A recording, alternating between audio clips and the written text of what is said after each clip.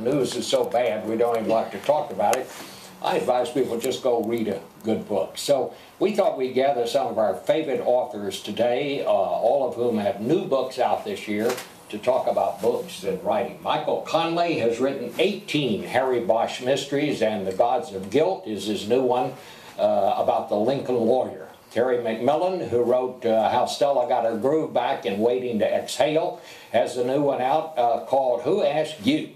George Saunders writes short stories. His new collection is The 10th of December, and it's on the New York Times Book Review's top 10 list for 2013. And finally, our old friend Rick Atchison, who I knew when he used to be just a reporter.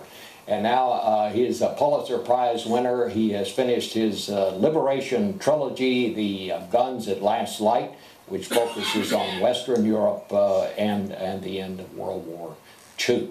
His series, An Army at Dawn, as I say, his book, The Army at Dawn, won the Pulitzer, and we're honored to have all of you here today. You know, I was just sitting here, and I want to talk to each of you about your books, but I was just sitting here thinking about the year that President Obama has had. It's been just an awful book for everybody concerned in Washington. So he's gone off on vacation. Terry, you have a book he ought to read while he's resting. He says he's going to think and sleep and try to get some good ideas. I would say All Over But the Shouting by Rick Bragg.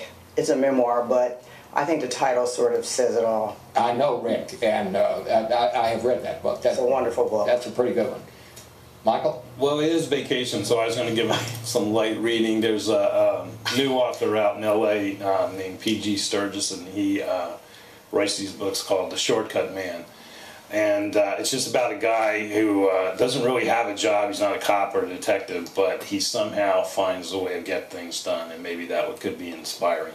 Well, I'm happy to say I've read that book too. It's a terrific book. I didn't know about him till that book came along. I would have the president read a book called High Rise Stories, edited by Audrey Petty, and it's a beautiful kind of Studs Terkel-esque book about Chicago housing projects through the 60s through the 80s, and maybe just as a way of reminding ourselves that progress happens, but sometimes there's a slog first, and yeah, it's a great book. Rick? I would have him read a book by my former colleague at the Washington Post, David Finkel, called Thank You for Your Service. It's about soldiers coming back from Iraq. It's pretty bleak, but it is a beautiful narration of what we've asked these soldiers to do, and it's a counterpoint to David's earlier book, The Good Soldiers, which is about the same battalion in Iraq in 2008. And I think that every lawmaker, including the president, should read both those books. You know, I always ask authors this because I wondered about it myself, and that is, why did you decide to write a book? And I'll be very honest, when I sat down to try to do it the first time, I just did it to see if I could, and I guess I did. But whatever the case, Terry, why did you turn to writing books? Well, because there are a lot of things that I saw happening to people around me, and not just people that I knew, but people that, I'll put it this way, I think that I was tired of watching people suffer, and I wanted to try to see if I could fix it. And so I found out that I could reinvent their lives, including my own, and find some kind of salvation for them. Michael, I've gotten so much pleasure out of your books, and I must say, I think I've read all the Harry Bosch books, not all of the Lincoln Lawyer books, but being an old police reporter myself, why did you turn to books? Because I know you used to be a police reporter. Yeah, I think I was always a voracious reader. I was covering crime, but I was reading fictional crime, and I think the inspirational moment for me was chapter 13 of The Little Sister by Raymond Chandler, and it's a chapter that has nothing to do with plot. It's all about character, and this guy driving around Los Angeles, written in the 1940s, and it still speaks to the city. And I thought, to write something that can last that long, that's art, and it just inspired me to say, I want to someday try to do that. George, I know you did a couple of things before you got to writing books. I did. Including working on an oil rig in Sumatra. Yeah, I came to it a little slowly, but I got, the first bug was when I was in third grade. A nun gave me a copy of Johnny Tremaine by S.F. Forbes, and it was the most explosively beautiful experience to read that book, and that's when I never felt as alive as I did when I was reading. So then through all these engineering years, I kept thinking, I really like reading and writing. I wonder if that's a job, And finally I realized it was the only one I was fit to do, so I kind of came to that. But I think it's for me, it's the feeling of being able to communicate at that beautifully high level you can in prose, where you actually make a connection with another person that you've never met, that assumes the best of them, and for that little zone, you're kind of your best self. I feel like that anyway. So it's a very sweet, kind of wonderful experience. And Rick, you and I knew each other back to the Pentagon days when you were a reporter here in Washington. How did you finally decide this is what you want to do? Well, I came out of the newspaper business, as you yourself came out of the news business as a print reporter a long time ago. I was looking for an opportunity to do long-form narrative, and I write about war, and I find that the incredible stress of combat is a great revealer of character. It flays open the inner self in the same way a prism flays open a beam of light. You see the inner spectrum. And I found that writing books and having that opportunity to have a deeper, longer voice in book writing was really the only way to fully express the extraordinary stress that combat brings to men, and now men and women. And the book form allows me to do things that no other form permit. Terry, I'm so envious of people who write fiction. I've tried. I just don't get it. And my editor said to me one time, well, some people remember things and write them down, and some people make things up. When you are writing your books, do you make them up, or are they about you? Tell me about this new book, and what is your personal connection to the characters in this book? Well, to write fiction, you have to be a good liar. And I lie on paper. I'm not a very good liar in person. My new book is primarily about a grandmother who is forced to raise her grandchildren, and also about people who are always sticking their nose in someone else's business and offering unsolicited advice, which most of us know people like that, and what to do, how to process that, and who to listen to and who to ignore. So that's pretty much it. And I deal with racial issues, love, taking care of a spouse that's ill, but mostly for me, it's about struggling and how to survive when things are working against you. I think your work cuts through, and I think so many people identify with it. Is that what you're doing? Are you trying to reach people and say, look, I know things are tough there, but here's something that might help you understand where you are? Well, I think that's one of the reasons why I read fiction in general, or specifically, I should say, because I don't read books that are just about black people. I think that a lot of our stories sort of transcend that, because we're all struggling for the same thing, which is to be happy and to find joy and peace and all that. But I think that there are stories out here that I tell that happen to be about African Americans, and I think a lot of people, I read books by everybody, and I think that there is a commonality that all of us share, and that is we suffer the same. We love the same, and some of us do and don't see beauty the same, but for the most part, we're all striving for the same thing. Michael, is Harry Bosch you? No, not at all. But also, I've been able to write about him over 20 years, so when starting out, he wasn't like me at all. He was almost a writing exercise, what it would be like to spend time with a character completely different. But I got lucky, that book got published and they asked for another one, and now over 20 years it's hard to keep that separation, so we share a lot now. We have 16-year-old daughters, and so there, it used to be an arm's length, now I'm slowly putting my arm around them, and so there's a lot of commonalities. And you've just finished a TV series, well actually it's going to be streamed, isn't it, by Amazon, about Harry. Yeah, we just finished filming a couple days ago. And are you excited about that? How much of a part did you play in the screenwriting? Well, I played a lot because in the screenwriting and in the whole production, because I've been, like I said, my whole fiction writing career has been wrapped around this character. So I said, like, if you want my books, I come with them, and I'm going to have a say, and that they were receptive to that. So if it's good, it's my fault. If it's bad, it's my fault. But I think it's going to be good. You know, George, I must say, and I think somebody said the nicest thing that anybody could say about a writer as I was reading about you. It said about you, he seems to be in touch with some better being. He writes like a saint. Nobody has said that about me. How does that make you feel when you're described in that way? Well, it means I have to stop shoplifting now. That's one of the bad things about it. No, I think actually that's what writing, it lets the reader and the writer be in touch with some better being, because from the writer's point of view, as you're working through your drafts, your first draft might be a bit of a cartoon, and you're dissatisfied. So you come back and you say, you know, I'm not being fair to this character. You try again.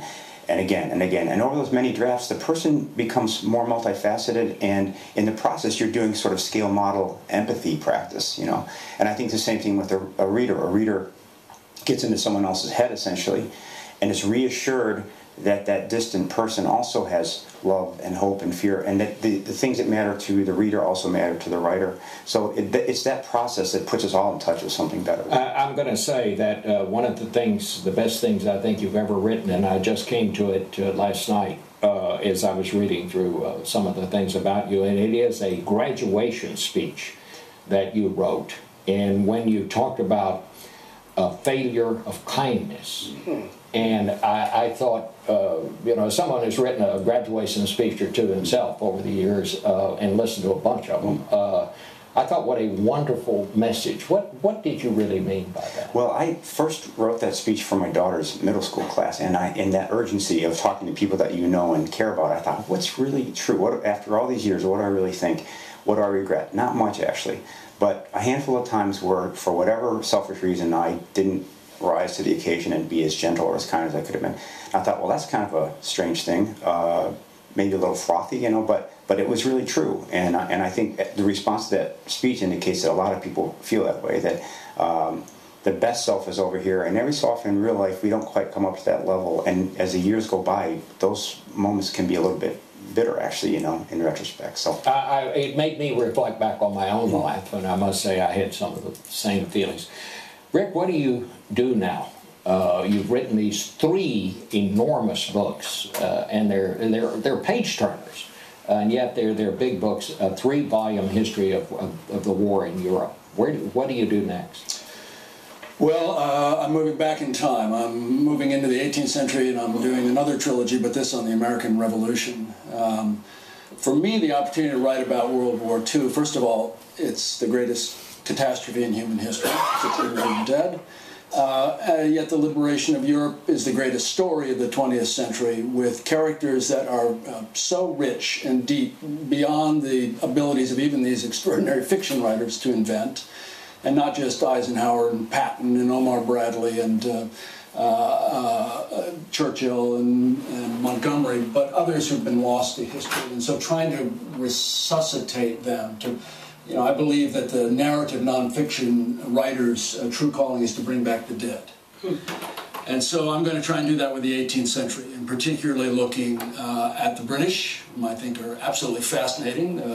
We tend to caricature them as Americans, and they're extraordinary characters, they're extraordinarily accomplished, and the Germans, who are here in force beginning in 1776, as well as the Americans who fought the rebellion. And so that's what I'm going to do now, Bob. All right, well, we're going to take a break and come back and talk a lot more about all of this in just a minute.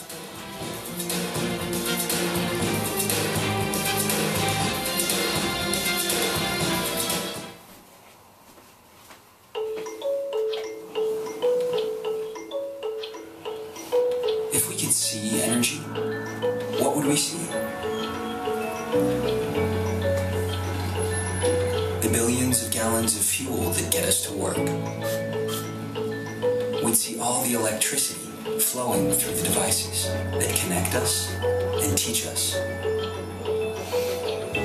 we'd see that almost 100% of medical plastics are made from oil and natural gas. And an industry that supports almost 10 million American jobs. Life takes energy.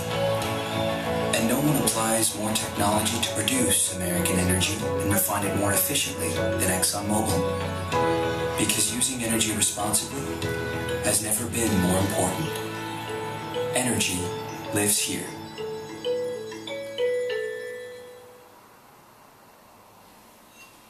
Well, we're back with our authors. Let me just ask all of you, what's the best book you read this year, Rick? Well, I go back to Finkel's book, Thank You for Your Service. I think that is an extraordinary book. It sat with me. I finished it, reading it in a restaurant in New York several weeks ago. The waitress was French, and she asked me whether there was something wrong with my dinner because I was in tears. And for a book that can do that and sticks with you, I think, I read lots of books about war, but this is a book that transcends the genre. You read much nonfiction? I do, actually. As I'm getting older, somehow it's more urgent, I think, somehow. I'm reading Arthur Miller's autobiography right now, which is really an incredible sort of mini-seminar in the 20th century, the progress in the arts, and a really wonderful reminder of the McCarthy years and how real that was and how it hasn't really gone away. So that's been a lot of pleasure, that book. Michael, do you have time to read? And sometimes authors tell me I get so engrossed in my book I don't have time to read, and that's the thing, the real drawback to writing a book. Well, there are times in the process for my writing that I don't want to read anything, but you have to read. It's, it puts gas in your tank. I would say I'm reading more narrative nonfiction than fiction, and probably my favorite book was a book called Act of War by Jack Cheevers, and it just came out a couple weeks ago, and it's about the Pueblo incident in 1968, and through his FOI reports he got, he's really kind of recreated two great stories, the story on the high seas of the spy ship being taken by the North Koreans and what was going on in Washington with Lyndon Johnson, and brought them together for what seems like a riveting read, a page turner, but it's history. What about you, Tim? Well, so far, I guess there are not very many days left in the year, but Louise Erdrich's book, the novel The Roundhouse, moved me to no end because of how far it's about familial love and how far someone is willing to go to correct an injustice. And most of us, I think, write about injustices. And hers happens to deal with Native Americans, which doesn't matter to me, but I found it riveting. And I was in tears also at the end, and I actually threw the book across the room just because I was so excited about how it ended. And she's a brilliant writer. Do you all read on Kindles, or you like to read in books? I read real books. Me too. Yeah. I like to turn the page. I do too, but the one book this year, there was a book called The Last Lion, which was William Manchester's last book in that trilogy. He died before he was able to finish it. It was finished by a guy named Paul Reed, and I finally had to switch to a Kindle because the book was so heavy. I couldn't balance it on my stomach when I was sleeping at night. So, and I do take my Kindle when I go on vacation. You can take a lot of books that you couldn't otherwise. But I'm like you. I like to hold the book. I like to smell the book. I like to just mark it up. It's a book, and for me, nothing will ever take the place of that. What do you all think the future of books is? It seems to me that ebooks kind of leveled off the sale of ebooks this year, and I think it's unfortunate. We have so much technology now in our lives. The one thing we do have left is a book that it's tactile. You can touch it. Yeah. And to put your Kindle on the floor in the bathroom or by the tub, what are you risking? Mm-hmm. I love leaning back and falling asleep with a book And plus, on book tour, when people have handed me their Nooks and their Kindles, I just say, you know, I can't sign that. And I'm not going to. Oh, please, Miss McMillan. I'm You do like, a selfie, though. Pardon? You do a selfie. No, I'm not signing a Kindle. Well, I think it's an interesting thing of evolution. I mean, I think, and I have no scientific data for this, I think there's more readers now because of the convenience of these devices. It's not my personal taste. I actually have a Kindle and have all my books on this because it's easy to find stuff that you got to go back and find if you're writing a continuing character. So it's a tool for me. I think you're right. I think it's slowly hitting an equilibrium, and hopefully the book business, the bookstores will not go away, because I think everybody here like I would not be here if it wasn't for bookstores and people doing the age-old practice of saying, you got to read this book, and handing a book to someone, and that is getting lost, and hopefully we're reaching a point that what we have now is going to stay. I think a book forces you to kind of slow down. And I mean, in this age of Twitter and all this instant communication, I think it's good every once in a while to just kind of step back.